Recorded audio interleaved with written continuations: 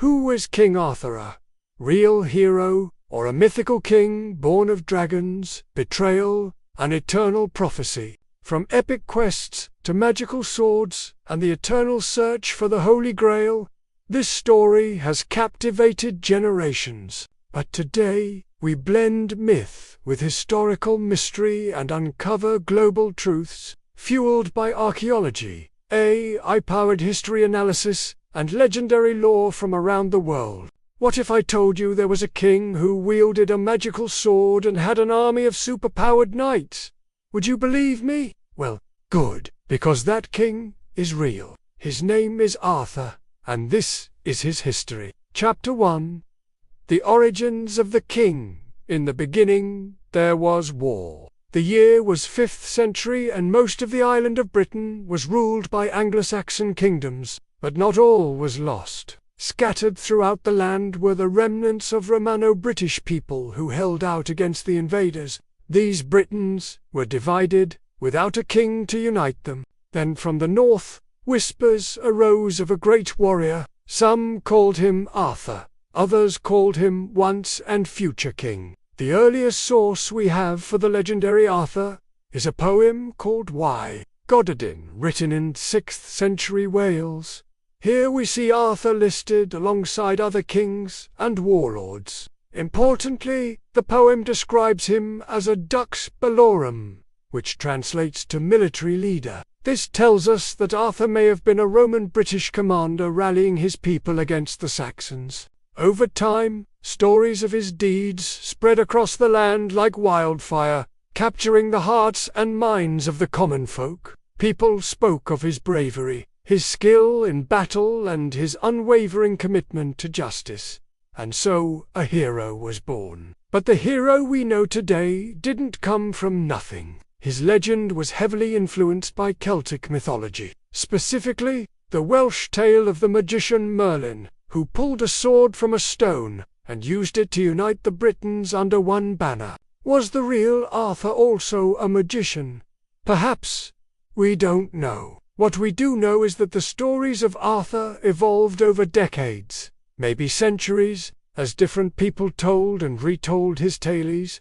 They added their own cultural elements until he became more than a man. He became a symbol of hope for a nation yearning to be free of invaders. He became a bridge between old and new cultures, uniting the best of Roman ideals with the magic and wonder of Celtic lore. His story transcended time and place, becoming timeless. That's why his legend continues to capture our imaginations today. But now it's time to take our journey back to the dawn of Arthurian legend, when Arthur first rose to prominence and led his people to victory against the Saxon invaders. Will you join me? 4,000 years later. Stay tuned. Chapter 2. The Making of the Myth. Let's fast forward from the mists of time to 1136. Because that's when everything changed. An English monk named Geoffrey of Monmouth wrote a book called History of the Kings of Britain, which included Arthur and Merlin. Suddenly, Arthur went from a local hero to a national icon. And this story had legs. It inspired poets, playwrights, painters, and eventually Hollywood. Let's break down the impact of this book. First up, it established Camelot as Arthur's home base. So imagine a castle made of pure white stone surrounded by a moat and guarded by fierce knights. It was a place of honor and learning, and it represented the ideal medieval kingdom. But it was all a lie, because Camelot probably never existed. Geoffrey created it to sound impressive. Then there's Excalibur, the magical sword that was forged in the same fire that made the northern lights and was guarded by a giant water snake. Only the true king could pull it from the stone. Now, this story is a clear nod to Celtic mythology and specifically the Welsh tale of Merlin pulling a sword from a stone. This detail alone gives us clues about what readers wanted from their heroes. Back then, just like now, people craved fantastical stories about ordinary folks achieving extraordinary things. They wanted to believe that anyone could become a hero, if they had enough courage and heart. And let's not forget Merlin himself. He was established as a prophet wizard, a mentor and father figure to Arthur, shaping him from a young boy into the legendary king. Remember those epic fantasy movies from the 80s and 90s? Yeah, well, Merlin was the original. He showed us that wisdom and power often go hand in hand. Now, before we get to the round table, let's talk about Uther Pendragon. According to Geoffrey, Arthur's dad was a warlord who conceived Arthur in a very unconventional way. You see, Uther fell in love with a woman named Igraine, but she was already promised to another man.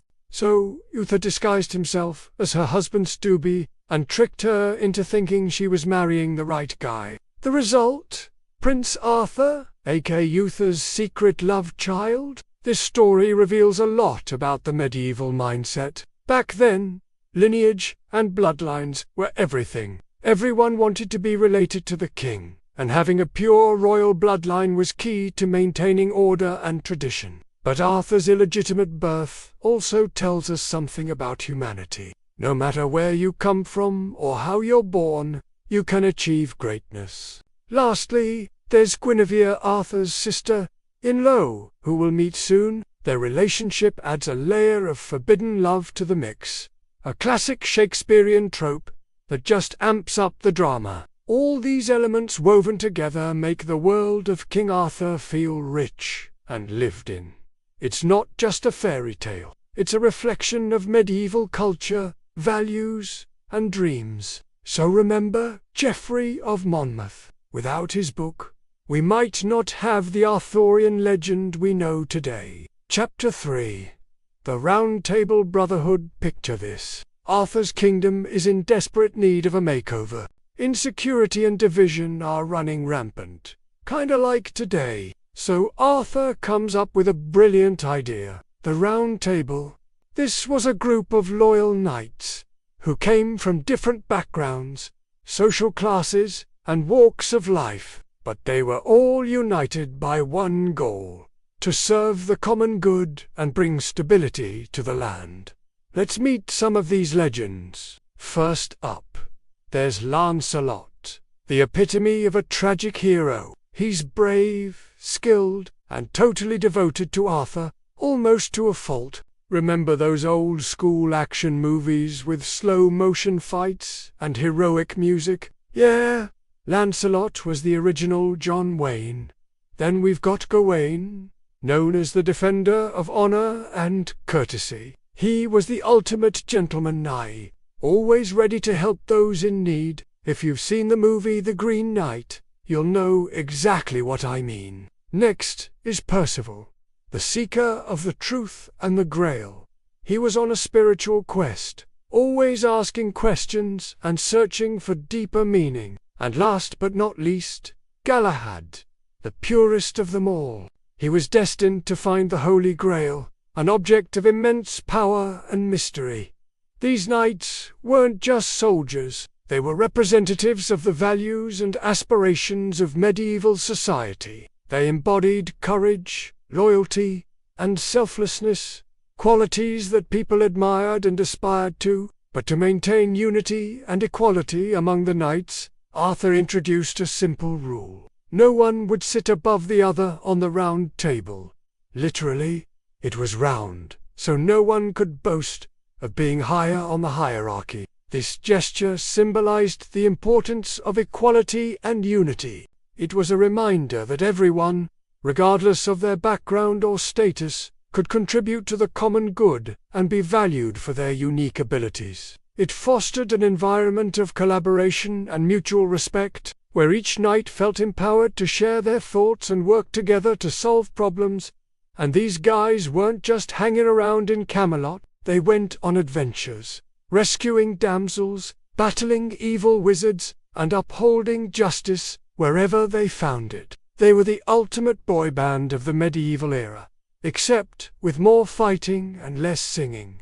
Together they took an oath to live by 4 important values. First, there was justice. They vowed to protect the weak and innocent and fight for what was right, no matter the cost. Next, they pledged loyalty to one another and to Arthur, promising to stand by his side through thick and thin. They also embraced courage, facing their fears and standing up for what they believed in, even in the darkest of times. Finally, they practiced compassion, showing kindness and understanding towards others, and treating everyone with dignity and respect. These core values formed the backbone of the Round Table Brotherhood, guiding their actions and reminding them of the importance of their mission to create a better world. Can you imagine a better role model than the Knights of the Round Table? Chapter 4.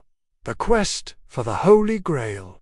Now, picture this. The Knights of the Round Table were not just about valor and adventure. They were also deeply spiritual. One of their greatest quests was to find the Holy Grail, an object said to possess miraculous powers. But finding it was no easy task. It required a knight of pure heart, unbreakable will, and immeasurable spiritual strength. Many brave knights attempted the quest, but most returned empty-handed, having failed to meet the Grail's high standards. Some got distracted by worldly pleasures, while others succumbed to temptation or lacked the faith to endure the challenges that lay before them. However, one knight stood out, Sir Galahad, the purest of them all. With unwavering determination and deep faith, he set off on his quest, and eventually succeeded where others had failed. He found the Grail, vanished in a divine vision, leaving the other knights in awe, and inspiring them to keep trying. So, the Grail wasn't just a cup, it was a symbol of redemption and enlightenment. And the quest itself became a metaphor for the spiritual journey of every individual. It showed that even the most daunting challenges could be overcome with the right mindset and values. But the quest wasn't just about finding the Grail. It was also about personal growth. Each knight faced trials that tested their limits, pushing them to become stronger, braver, and more compassionate individuals. Through their struggles, they learned valuable lessons about themselves and the world around them, ultimately returning home as better versions of their former selves. In fact, the quest for the Holy Grail is still featured in modern pop culture. Think Indiana Jones, Fate Grand Order, Monty Python's Holy Grail, even video games like Dark Souls and Elden Ring. The Grail still captures our imagination because it represents the timeless human desire for meaning and purpose. Chapter 5. Betrayal and the Fall of Camelot. Despite their dedication to justice and unity, tragedy struck the Knights of the Round Table. Just like your favorite Greek tragedies, remember the time when your favorite TV show took a dark turn? Yeah, it's like that. You see, Guinevere, Arthur's sister, their love was passionate but forbidden, and the guilt and secrecy ate away at them. As the years passed, their affair became harder to hide. Whispers spread through the kingdom, causing chaos and division. Eventually, their secret was revealed, and the kingdom erupted into turmoil. Arthur was heartbroken. He grappled with feelings of betrayal and anger towards Lancelot and Guinevere. To add to the drama, Arthur's own son, Mordred, coveted the throne and saw the weakening of the kingdom as an opportunity to seize power. He manipulated and provoked Arthur, pushing him to the brink. In a moment of weakness and anger, Arthur banished Lancelot and Guinevere from Camelot. Although it seemed like the logical thing to do, it was actually a fatal mistake. Without Lancelot's military prowess, Arthur's forces suffered a series of defeats. Meanwhile, Mordred gained more power and influence, amassing an army of loyal followers. The final battle between Arthur and Mordred took place at the legendary Battle of Camelot. It was a clash of family against family, loyalty against ambition, and it was brutal. As the battle raged, Arthur and Mordred faced off in single combat, and in a tragic twist of fate, both were mortally wounded. Arthur, weakened by the loss of his knights and burdened by the weight of his decisions, had underestimated his son's strength and determination. The once invincible king lay dying, betrayed by his own blood. It was a devastating end to a reign that had promised so much hope and glory. But Arthur's story doesn't quite end here. According to legend, after being mortally wounded, Arthur was taken to the mystical island of Avalon, where he would heal and await his return to Camelot. It's a bittersweet ending that leaves us with a sense of loss, but also with a glimmer of hope. Chapter 6: Arthur in Modern Culture. From ancient roots to modern memes, Arthur's story has survived the test of time. It's been adapted, reinterpreted, and modernized countless times. For example, check out Netflix's The Green Knight. It brings Sir Gawain's journey to life with stunning visuals and a deep dive into Arthurian lore. But it's not just about knights and sorcery. It's a story of self-discovery and accepting one's legacy. And let's not forget video games. The Legend of Zelda: Breath of the Wild is basically The Wind Waker HD, with a dash of Majora's Mask thrown in. You'll explore a vast, open world, filled with magic, mystery, and tons of secrets. The game's beautiful graphics and immersive storyline will make you feel like you're right there in Hyrule. Books like T.H. White's The Once and Future King have been beloved for generations. It is a coming-of-age story that follows Arthur from his humble beginnings to his rise as the legendary king. White's writing is witty and insightful, offering a fresh take on the classic Arthurian tale. Even modern authors are getting in on the action.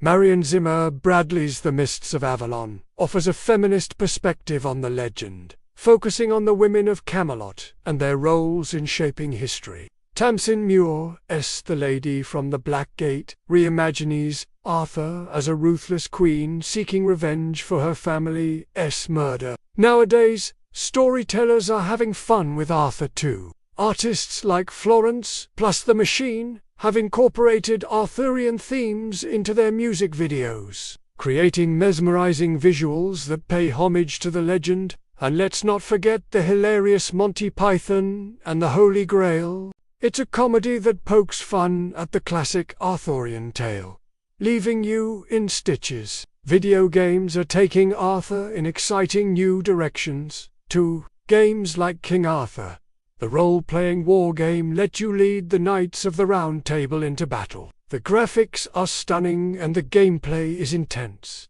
making you feel like a true medieval warrior. And finally, let's not forget the wonderful world of anime. From Fate Stay Night to the 7 Deadly Sins, there's no shortage of anime that draw inspiration from Arthurian lore. But hold on, my friend, because we're not done yet. There's still one burning question that needs to be answered. Did King Arthur really exist?